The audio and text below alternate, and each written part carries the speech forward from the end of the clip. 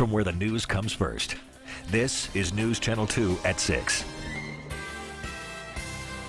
Tonight at 6, there was an active shooter situation at the Emergency Preparedness Center in Oriskany, but this is only training. We'll show you how officials are being trained. Also brand new tonight, the defense is nearing closing arguments at the corruption trial of former state Senate leader Dean Skelos. And a quick court appearance. One of the Word of Life church defendants is back in court, but only for a couple of minutes. Good evening and thanks for joining us. I'm Kristen Copeland. Don is off tonight. Word of Life church defendant Bruce Leonard is one of several accused of his son Lucas Leonard's murder and the assault of his son Christopher Leonard in October at the Chadwick's Church. This is your top story tonight. News Channel 2's Jolene Ferris was in court today and joins us now live in the studio with the details. Jolene, good evening. Thanks, Kristen. Bruce Leonard's court appearance today was adjourned because his attorney is no longer able to take his case, and finding a new one has been anything but easy. The judge today told Leonard he's working on it each and every day, but that finding an attorney with sufficient criminal experience to take on a case of this magnitude has proven quite the challenge. Now, the gag order on this case applies to the attorneys, but Christopher's Army is free to speak to the media. The group of women was in court today with T-shirts honoring young victims Christopher and Lucas Leonard. They're trying to gather support for Christopher, both emotional and financial, by planning a benefit around his birthday in the spring. He's going to be, when he turns 18, for all intents and purposes, he's no longer a ward of the state, and he's going to have to have a life for himself, which includes school. It's going to include furnishing an apartment, getting a car. We just want to make sure that that happens for him. The women aren't related to Christopher or in contact with him. They've spoken with one of his siblings, and this benefit they're planning should happen sometime around April. The judge told Bruce Leonard he plans to call him back to court sometime early next week and introduce him to the new attorney he has in mind, so then they can move forward. All the other defense were in court earlier this week to receive plea offers from the DA's office. Back to you for now. Jolene, thank you. Roughly 5,000 people are without power tonight in the town of Webb. According to Herkimer County Emergency Services, there appears to be some sort of surge transformer explosion. Some people are reporting small fires in their home and businesses, which appears to be related to this surge. It all happened around 3:30 this afternoon. Officials say the power should be restored by midnight. A command center is set up by the Old Forge Fire Department. We haven't confirmed where this command center is just yet. We just know that it has been set up by fire officials. Stay with News Channel 2 and WKTV.com for updates. Today's lesson is saving lives at the State Preparedness Training Center in Oriskany. Campus safety officials from several local colleges came together with state, county, and local police to determine the best, most efficient way to respond to an active shooter scenario. They do plenty of actual active shooter training at the center, but county emergency management officials who helped coordinate today's tabletop training session say it's also important to practice the administration part of this emergency situation. So the administration and who to call first, is our plan right? Those are the kind of questions that people ask. They look at themselves and it's an internal look to say, are we doing the right things? Are we training the right way? And leaning off each other as partners to kind of gather that best practice. FEMA took part in today's tabletop session by conference call. A two-car crash near Walmart in North Utica sends one driver to the hospital with upper back and shoulder pain. The Utica police chief says one car was coming off Route 12 south when the driver did not stop at a stop sign and crashed into a car traveling on River Road. Well, that car on River Road flipped over. The driver at fault is ticketed for failing to stop at a stop sign and failing to yield to the right-of-way. The crash happened around 1:30 this afternoon. Time for our first look at the forecast at 6. Chief Meteorologist Bill Cardis is live at our Stuff the Bus campout location in New Hartford. Bill, good evening. Yeah, that's right. It's your opportunity to come help us out, help stuff the bus. And I want to give a shout out to a local business in Rome. The folks at CRM Rental Management donated $1,600 worth of toys today. We want to give them a shout out. And again, we also are looking for your help as well. This is the place to go, the New Hartford Shopping Center. And you want to look for, of course, the bus, but you want to drop your toys off at the camper. And you'll see a nice big sign next to that. All right, let's take a look at the weather. Before we do that, I want to show our holiday photo of the day. This is a cute one. Cora Bellows standing next to a couple of really big presents. Hopefully one of those is for her, just saying. If you want to donate your pictures to us, I guess that's one way of saying that. You can check out our email address. That's weather@wktv.com, or you can find us on Facebook and Twitter as well. Great night ahead. The weather is expected to be dry, and it is mild. We're looking at the radar, and things are looking quiet across the region. 47 degrees is the current temperature, and this evening the weather stays quiet, and it stays very mild for December standards, with temperatures only in the lower 40s.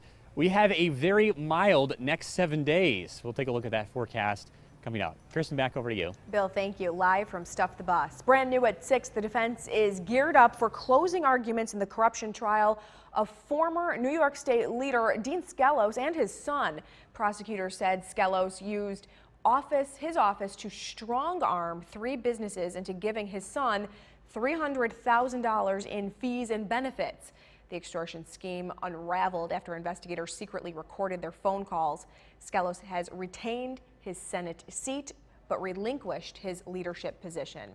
4 local businesses have a new distinction tonight as Business of the Year, dubbed by the Greater Utica Chamber of Commerce. Take a look. The businesses Sturgis Manufacturing, also the Page Group. On the not-for-profit side, Catholic Charities of Oneida Madison County, and also the Abraham House. So congratulations. The finalists are typically selected based on staying power. Dr. Todd Hutton, the president of Utica College, served as today's keynote speaker. He talked about making an investment in the community. UC is doing a tuition reset starting next fall, and Hutton says the applications are up between 18 and 22% on any given day for freshmen. A student in Boonville has earned a free ride to the college of his choice thanks to the Marine Corps. News Channel 2's Nicole Pitt explains. Senior Joseph Hennessy was surprised in the hallways of Adirondack High School with a military scholarship worth $180,000. The NROTC scholarship altogether is an extremely competitive scholarship. Just to give you an example, statistics-wise, over 50,000 individuals last year applied for the scholarship, and only 8 to 10% actually receive it every year, which is just amazing. He's obviously put in a lot of work in his life to keep himself in shape, playing sports, football, wrestling. He does track. Not only that, he's kept up in his academics. He scored extremely well in some of our tests that we do, and that's what also made him eligible for the scholarship. So dedication isn't just going to stop there. He's got to go into a very challenging school, and at the end of the day, he's going to be a great Marine Corps officer. Joey, one of 6 children, says his family has always been his support system. They've given me a lot of support. Obviously, my dad was probably one of my biggest inspirations to become a Marine. He was a Marine officer, and my mom's always worked hard and reminded me how important it is to work towards a bright future, and that's definitely driven me to be the best I can be and get this scholarship, and I've put all the hours and applications and everything into it. It's definitely going to be worth it though. Joey Hennessy told me that for as long as he can remember, he's always wanted to be a Marine. He is getting to do stuff that I had no idea existed when I was in high school, you know, and it's opening doors for him. That's really, I'm very, very excited for him. It's a great feeling to know that a kid from Adirondack has this opportunity to excel for the service group and for his education to be a successful young adult. Our teachers are proud, we're proud of our student, and it's a great opportunity. Joey's mother says today was a great teaching moment for Joey's younger brothers. You know, sometimes they complain about their homework or they complain about having to go to school, and on the way taking them back to school, I said, this is why we do it. Joey just got paid to be a good student, a good citizen, a good brother, a good kid. He just got paid for that, and that isn't something he ever expected, but that's what's happened. Joey has his sights set on Norwich University in Vermont. He will participate in Marine training throughout his academic career.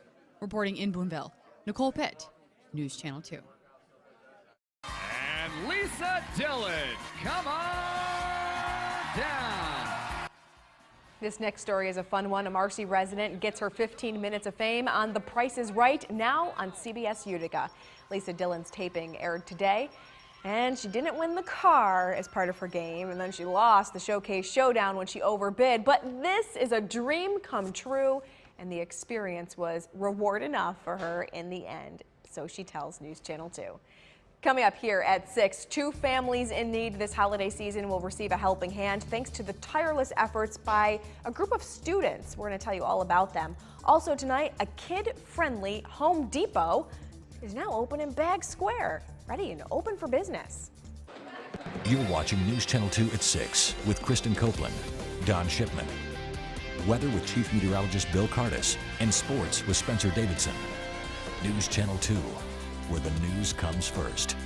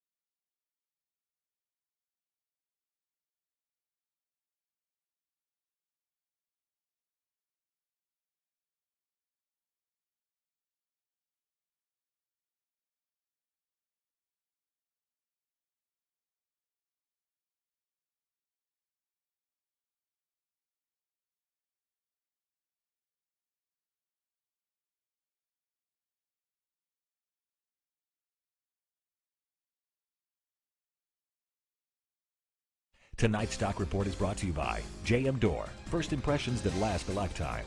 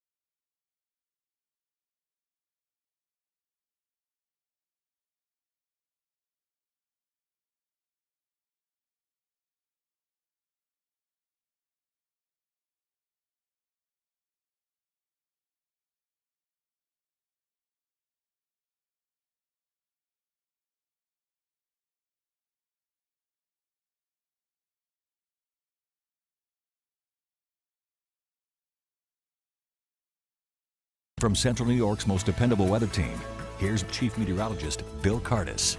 And welcome back. I am live here at the New Hartford Shopping Center, helping to stuff the bus all this week. You can come down here and you want to donate your toys, not to the bus this time, but to the camper, which is located right next to the bus. And the fine folks at Talk of the Town will be happy to help you out. And again, helping out a great cause for children in need here in Central New York. Great night to get out and enjoy.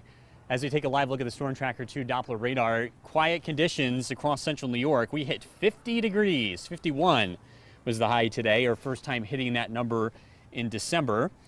I think we have actually a couple more days to do that going forward. The clouds return tonight along with a few showers, mild weather this week. And again, no sign of snow in the future, or at least anytime soon. We know it's coming, but not for the next 7 days. 47 degrees is the current temperature. The breeze has picked up a little bit, partly cloudy skies, but overall a very pleasant evening across the region. Local temperatures, Westmoreland at 49 degrees, Little Falls at 42, Cooperstown 45, Oneonta 45, and Sherburne checking in at 45 degrees. The clouds will continue to thicken up here for the rest of the night. We had a lot of sunshine earlier today for a change. And as we look at the bigger picture, a weak disturbance rolls in from the west tonight. You can see some showers out near Toronto and Buffalo. That heads in our direction, and that gives us the risk of a rain shower after midnight. This system doesn't last for long, not very big, and as we head towards tomorrow, we do expect the weather to dry out. So again, conditions do turn a bit nicer going forward. Forecast for tonight, looking at temperatures in the lower 40s, some rain showers around, so it stays mild. Most of the rain showers happen between midnight and tomorrow morning. 7 a.m., a somewhat wet start to your Thursday, a few light showers around. The big story for Thursday, the mild temperatures again. I don't think we'll see as much sunshine, but it still will be warm. Temperatures in the lower 50s for the high. Thursday night, the weather looks quiet, partly cloudy skies at 7 p.m., temperatures in the mid 40s. And we are looking forward to dry conditions as we head towards Friday. Temperatures starting out in the lower 40s, and we finish in the 50s on Friday afternoon. Just unbelievably warm weather continues here for the next several days. Your forecast as we head towards tonight, an overnight low of 39 degrees, mostly cloudy, some showers late. Tomorrow, rain showers early in the day, and then we dry out. It will be another mild day with a high temperature close to 50 degrees. Your Storm Tracker 2 7-day forecast. The weather is looking warmer as we go forward. Friday's high 53. Saturday, a little bit cooler, but not bad, 51 degrees, mostly cloudy. Sunday, a mild day, 55 degrees, some rain showers later in the day. Rain on Monday, but mild, 55, and still in the 40s as we head towards Tuesday and Wednesday of next week. So again, down here at New Hartford Shopping Center, Stuff the Bus continues this week. Kristen, back over to you. Bill, thank you. Still to come here on News Channel 2 at 6. The Colgate Raiders are on a magical run in the FCS playoffs. We're going to hear from the team's head coach about what the run has meant for the Hamilton community. And next, would you donate an organ to someone you've never even met? One alien man is giving part of his liver to a complete stranger. His story coming up. You're watching News Channel 2 at 6, and we are proud to serve Rome and all of Central New York.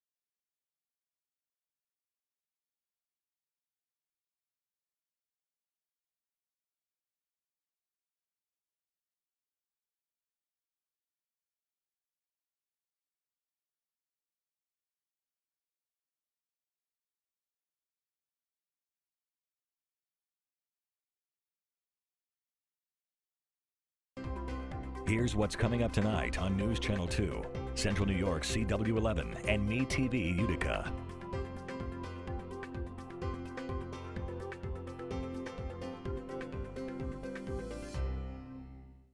Thanks for joining us. At 5 o'clock, we told you about a woman in need of a liver transplant and the man who was giving up his liver to this complete stranger.